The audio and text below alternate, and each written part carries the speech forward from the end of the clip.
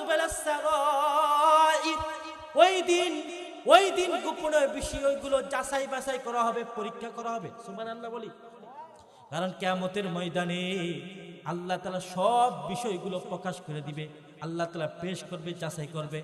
মানুষ যদি গোপনে যদি গুনাহ করে, যদি সে জাররা পরিমাণ গুনাহ করে, আল্লাহ রাব্বুল আলামিন ফামান ইয়ামাল মিসকালা যাররাতিন খায়রান ইয়ারা ওয়া মান ইয়ামাল মিসকালা যাররাতিন শাররান ইয়ারা। কাল কিয়ামতের ময়দানে মানুষ তা দেখতে পারবে, যদি জাররা পরিমাণ যদি নেক আমল করে তা দেখবে। সুবহানাল্লাহ বলি।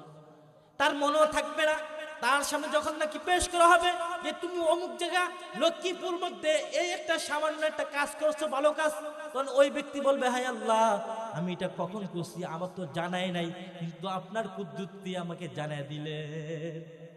এবং যদি আপনি যদি জাররা পরিমাণ যদি খারাপ কাজ করে থাকেন, জাররা পরিমাণ যদি গুনার কাজ করে থাকেন, এটাও প্রকাশ করবে।